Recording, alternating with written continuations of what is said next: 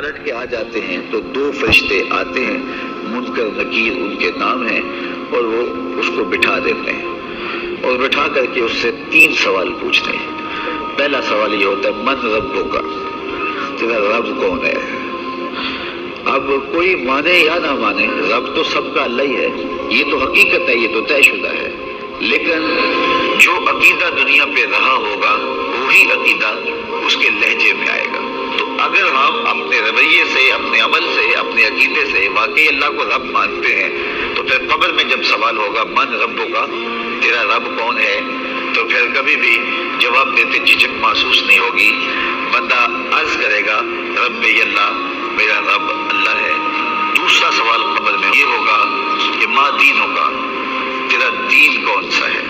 مختلف ادیان دنیا کے اوپر موجود ہیں، لیکن اسلام کے بعد اب کسی اور دین کو قبول نہیں کیا جائے گا۔ ارشاد فرمایا کہ اللہ تعالیٰ اسلام کے علاوہ کسی اور دین کو قبول نہیں کرے گا۔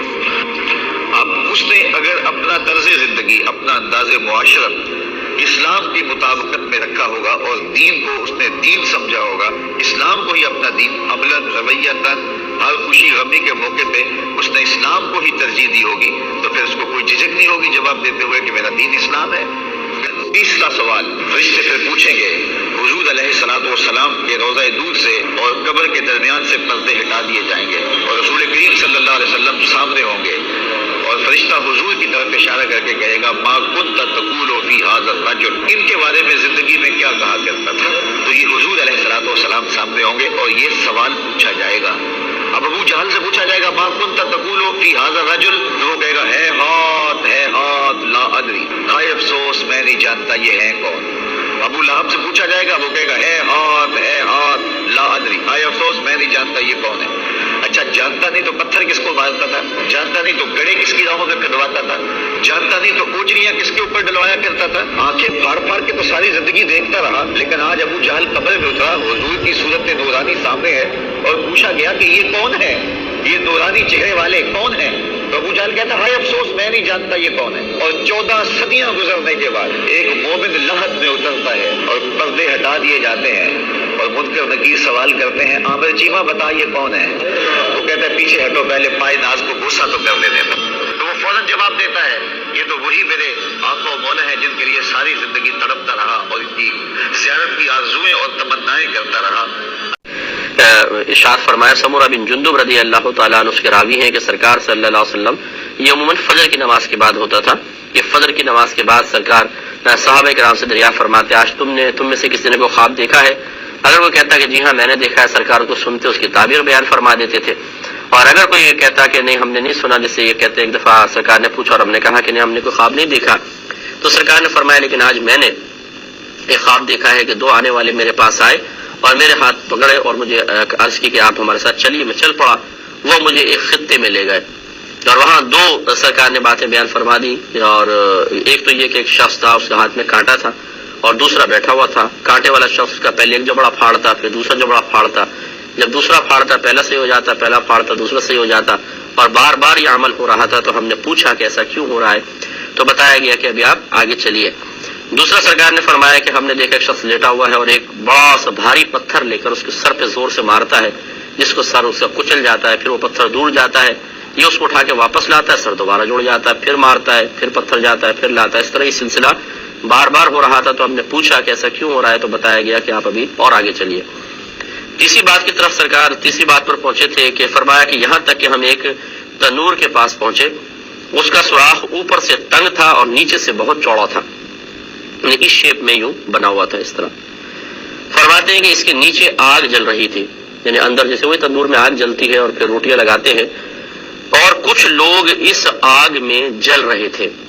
جب آگ بلند ہوتی تھی تو وہ بھی بلند ہو جاتے، یہاں تک کہ قریب تھا کہ وہ اس سے باہر نکل جائیں، لیکن جب وہ قریب پہنچتے تھے اور جب شعلے کم ہو جاتے تو وہ اس میں واپس لوٹ جاتے تھے۔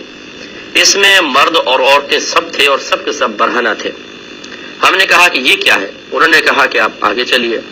ہم چل دیے حتیٰ کہ خون کی ایک نہر کے پاس پہنچ گئے، یعنی نہر کے پوری بلڈ کی تھی، نہر خون کے، اس کے درمیان ایک شخص کھڑا ہوا تھا اور نہر کے کنارے ایک دوسرا شخص تھا جس کے سامنے کچھ پتھر پڑے ہوئے تھے۔